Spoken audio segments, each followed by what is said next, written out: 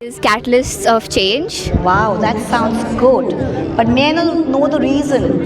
Yes, ma'am. So the reason is that change is the only constant in life, and to Absolutely right. adapt to the changes around us, we must have a change within ourselves first. Yes, very good.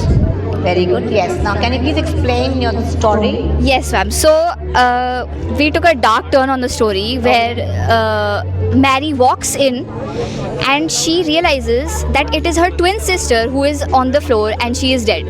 And she realizes that her husband Tom was the person who had killed her, because Mary had found out Tom's past as a serial killer and she is a cop herself. So she now investigates her sister's murder, and her husband thinks that he has killed her, but he has clearly not. So we have left it at there. Okay. So, do you have legal studies? I do not, but Aslesha does. So, I can see that legality there. Okay. Yes. Yes. All right. And what do you think the liquid was? It was most definitely blood. It Blood. makes in the context of the situation, it makes the most sense. Okay. So, you can see a plot there. Yes. So, do you watch a lot of serials? Yes, I really enjoy true crime. Mystery? I think Okay, we all true do. crime. Okay, true crime. All right. That was evident in your narration. Thank you so much. Thank you, Let's ma'am. clap for- Okay. All right. So moving on to next, we have visual marvels. Okay, and Anvi is here to tell us about the version, about their version of the story, and about the group. So first, we start with the group's name. So ma'am, since we know that we all That's why we have come up with the name Visual Marvels. And now starting with the story. our story will also help you to visualize. It will mainly force your mind to visualize the story. Okay, I'm all set. Yeah, so we will give a creative idea about how we took the story from the cliffhanger and continued. Okay. So basically, after the shadow emerged, so Tom was terribly afraid and hence he quickly went under the sheets. The creature who came there, it looked more like an animal.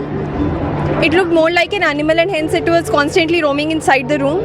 And after some time, the creature just stopped beside Tom, and after that, Tom heard someone whispering his name from behind. And the dark fluid that was now dripping just beside him, and it wetted his sheet. Okay.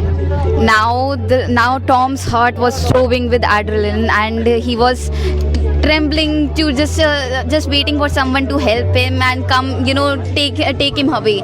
But thankfully the sun rose and everything just stopped. The creature who seemed that he was beside him was now gone. Even if you think that now everything was over, now when the Tom came out of his room, he went back into Mary's room and there was nothing left of her. Only the blood that was black dripping off her bread was left. And he soon figured out that the abandoned house that was left in the haunted place was actually a graveyard, and there was nothing but leaves, and he was only hallucinating. Oh my God. That seems exciting. Thank you so much for a wonderful version. I couldn't have thought of this. Firstly, please tell me the title that you've selected and why, the reason behind selecting the title, and your version about the story. So, ma'am, we chose Dreams Over Dreams. So, Okay. it's basically an story inspired from one of the movies of Christopher Nolan. So, basically a connection between the virtual world and the physical world, virtual and mindful games. Okay. So, this story was basically a mix of ideas from all of our friends and team. So, we have decided by choosing one of the a positive end to the story that the Tom woke up.